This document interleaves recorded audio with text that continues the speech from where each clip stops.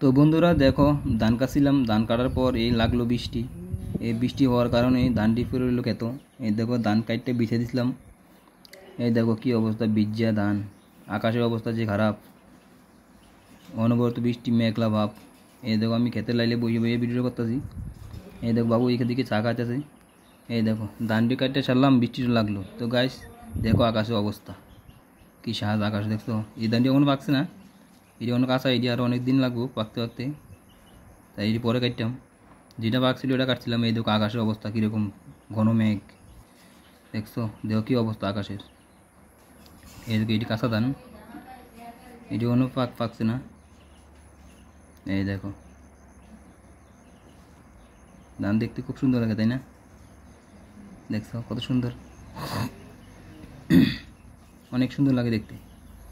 এই দেখো চারিদিকে, যদিও পুরোটা আমরা কৃষি মাঠ, পুরোটা কৃষি মাঠ।